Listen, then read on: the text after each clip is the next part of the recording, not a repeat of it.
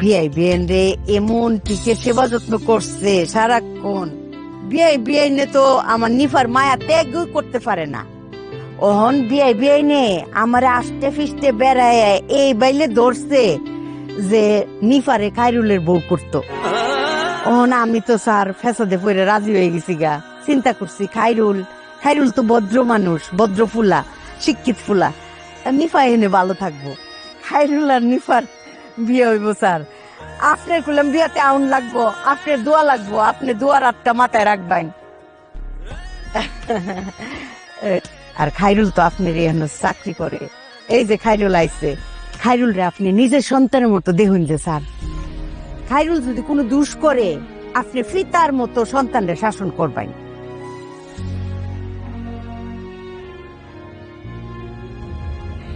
বিয়াতে আইবান বললাম আপনি, খালি এতে আইবান, খালি নিজের আটটা দোয়া দিয়া যাইবেন। হ্যাঁ ঠিক আছে স্যার। খায়রুল ওই স্যারে ডাব খাইবো নাকি? ডাব পাইরে দাও স্যার। একটা মিনিট, ডাব নিয়ে আসছি স্যার। স্যার তাহলে আপনি চা খাইন, আর কিছু তান খাইবেন? পেয়ারা কাটতে দিব। আচ্ছা ঠিক আছে, বিয়াত পেলাম আপনি আইবাইন, কথা কিন্তু দিছেন আপনি, দোয়া কিন্তু দিবাইন। তোমাকে হারিয়ে ফেলেছি জন্ম গীতা অতল জলে। আমার জন্ম গীতা খায়রুলের বিয়ে তোমাকে এত বড় হয়ে গেছে। এসেছি ধান উড়ানো মাটির তলে, ধান উড়ানো মাটির তলে।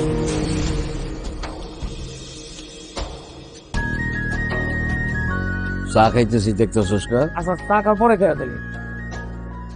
তোর এটি নিয়ে চিন্তা করতে হবে না, চা এখান থেকে। আচ্ছা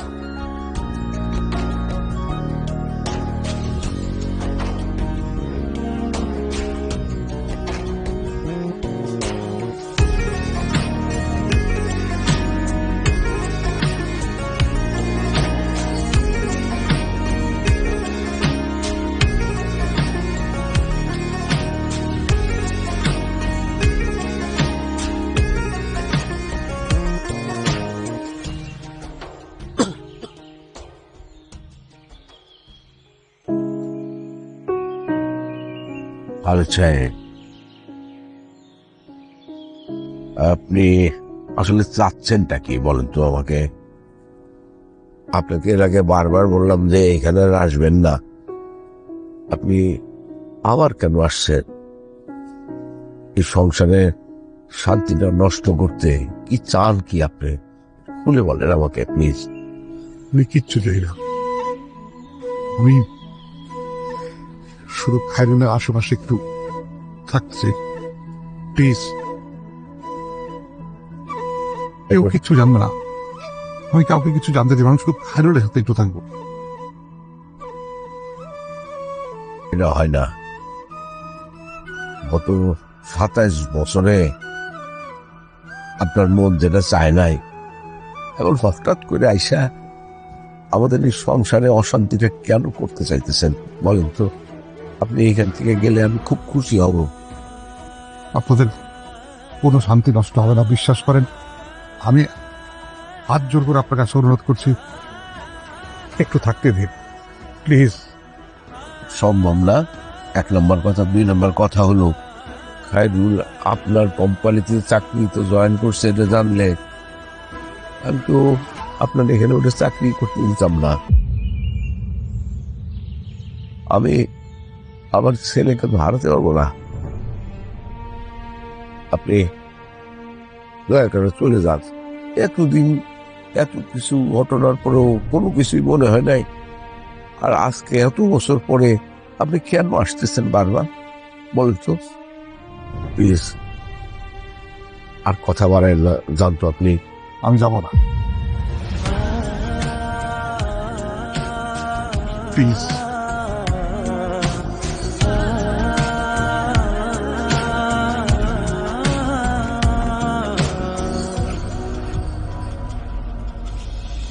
তোমাকে হার হারিয়ে ফেলেছি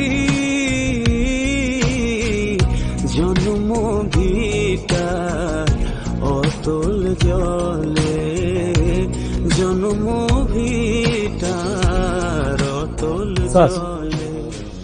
স্যার এই যেটা দেন দেন, চার কাপ পাওয়া গেছে স্যার, গ্লাসটা দেবেন স্যার। আপনি ওই ধরে, আচ্ছা আপনি চেয়ারে এলেন।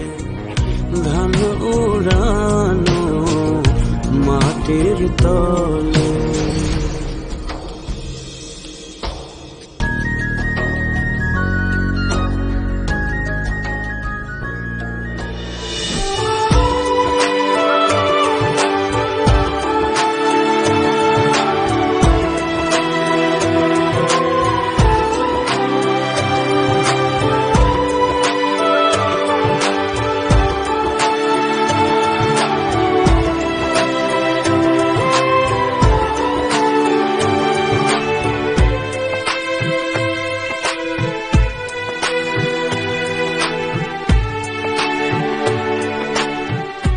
বাবা, মার চিকিৎসা শুরু করো।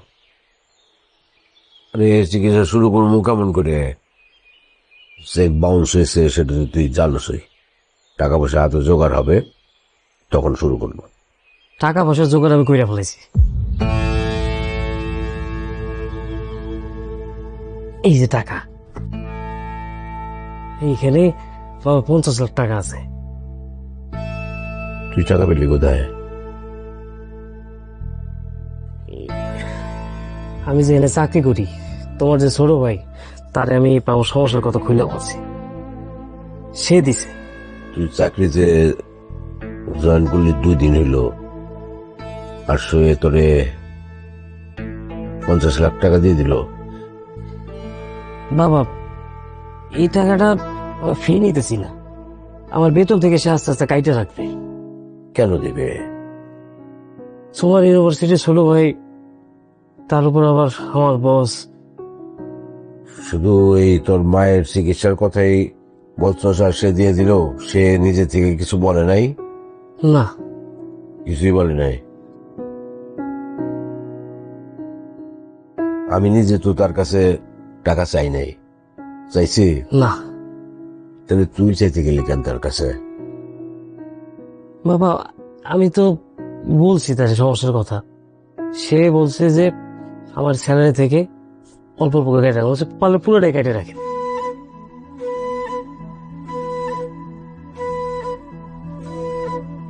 না রে, এই টাকা নেওয়া যাবে না।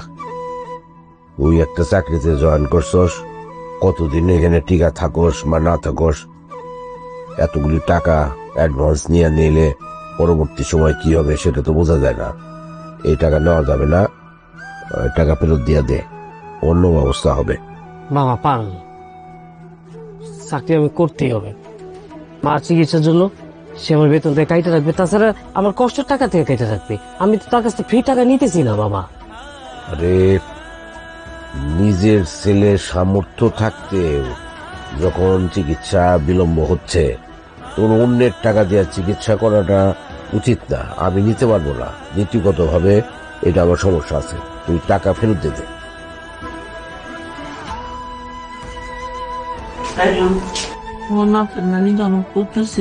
হ্যাঁ, খারাপ লাগতেছে। ও ওষুধ খাইছিল দুপুরে? হ্যাঁ, তুমি তুমি একটু লে।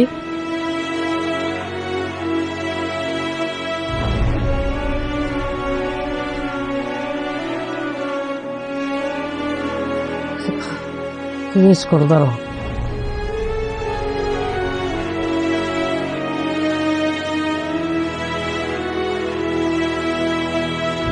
বাবা, চিকিৎসা করেছেন? ওমা, ওষুধ খাইছিলা?